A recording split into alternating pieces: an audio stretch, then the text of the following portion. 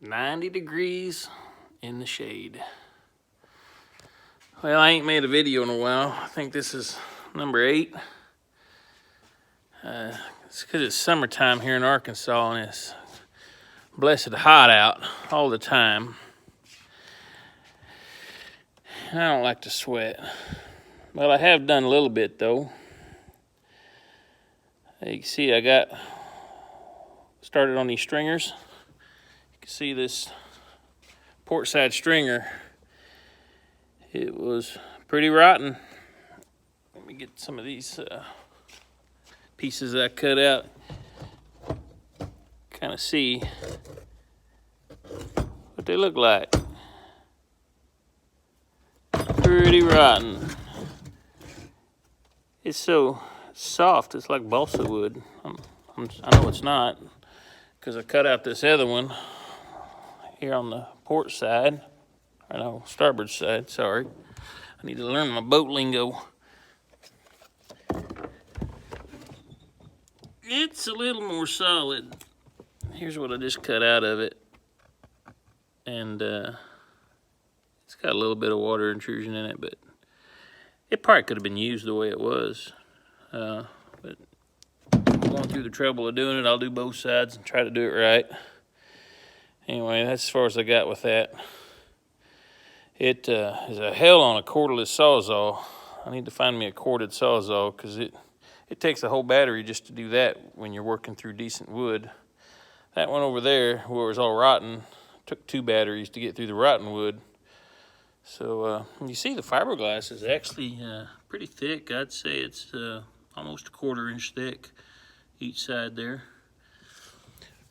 Pretty good thickness. I'm going to have to try to get something close to that back in it when it's all said and done. Anyway, that's where I'm at with the hole. And got my engine back together for the second time. I had this all put together about to where you see it right now. And when I was turning it over by hand with just a breaker bar, just running it around and around, I was feeling it. I felt something in it in a couple of spots at about 0 and about 180 degrees. I just felt it kind of grab something internally. I went and talked to my engine machinist here in town. He goes, "Oh, sometimes you do that. It's just the rod's kind of working around, pistons, whatever, moving around in there when you're turning it over." I said, I don't feel like that. So I had him come out here to the house, and he put his hand on it and said there's something wrong. So we started tearing it down, and there was 3 things that were hanging it up. Well, we thought might be hanging it up. One was these heads where the push rods run from the rocker arm down to the lifters. They pass through the head in here. There's 8 on each side. Well, 4 push rods on each side where they come up right next to the rocker, to the intake ports in the head. The push rods were so close to the heads that I think they might have been rubbing in a couple of spots. So, oh, and the rocker arms. There was a couple of rocker arms that the bodies of the rocker arms were getting really close to the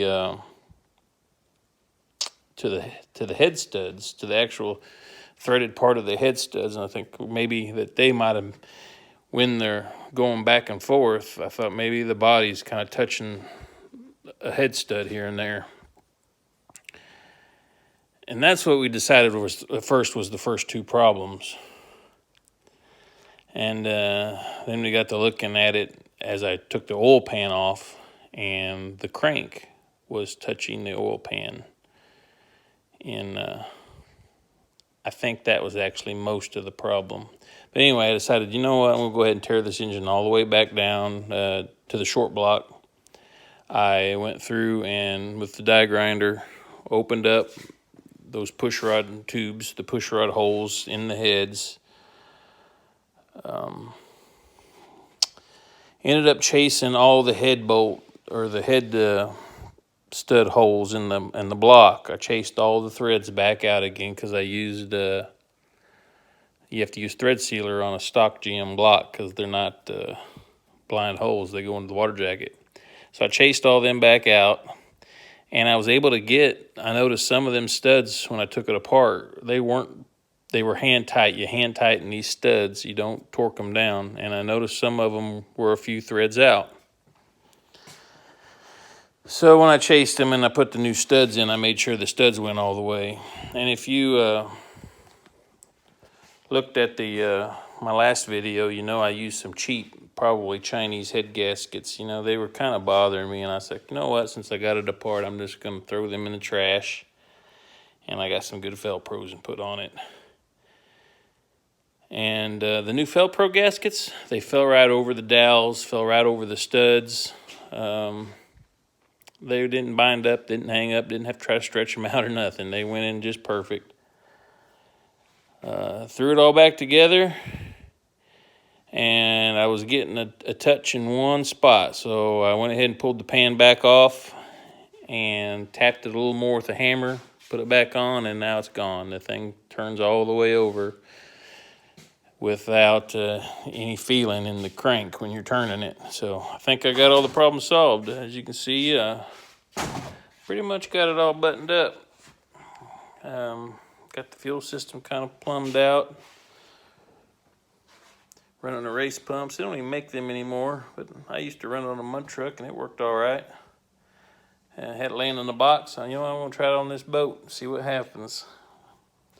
The race pumps regulator going up to my ported Edelbrock carburetor.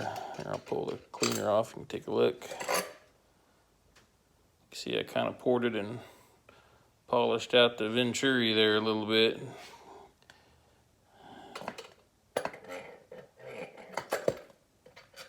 But I don't put my stud girdles on yet because this cam is a flat tappet cam. It's a solid flat tappet, and it's going to have to be broke in. I'm not going to rev it to the moon, so I need to get it in the boat and run it up 2,000, 2,500 RPM for 20, 30 minutes. And then after it's done warmed up, then I need to, as you can see, I'm going to have to pull the exhaust manifolds loose just to get access to the valve covers. But I'll have to pull the valve covers back off and readjust the valves after it's warmed up. And then once I get them set then I'll go ahead and put the rocker stud girdles on it.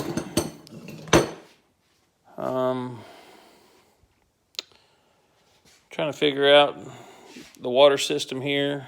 I kind of got it hanging in here. This is where the water comes from the outdrive into here. And then before the thermostat opens up, there's this pressure valve here. And when the thermostat doesn't open up, water will go up through this pressure valve and open it up. And water will go from this pressure valve to the back sides of the exhaust manifolds here. So the coolant flow will bypass the engine pretty much until the thermostat opens. When the thermostat opens, then water will go ahead and start flowing down this main line to this T and into the front of the engine, up through the block, up through the heads, back up here to the front of the engine where the thermostat is, and then it'll circulate back out to the exhaust manifolds, which is where the water works its way up through the manifold and dumps out the back. That's the cooling system of a boat. Most marine engines, stock marine engines, will have a water pump on the front, a circulating water pump, just like what's on your car. I'm doing away with it. The impeller on these outdrives flow enough water, so everybody says that you don't need the circulating water pump. And I am looking for weight reduction, and I'm looking to clean up the motor, simplify things, and as you can tell, it's a pretty simple setup for a boat. Like I said, all I really got to do to this is throw some oil in it, get it in the boat, get all the cables and rigging set up, and break it in. I think that's about it. It'll be a short video. Oh, as you can tell, I did spend some time since we last met cleaning my shop up a little bit. Kind of proud of that.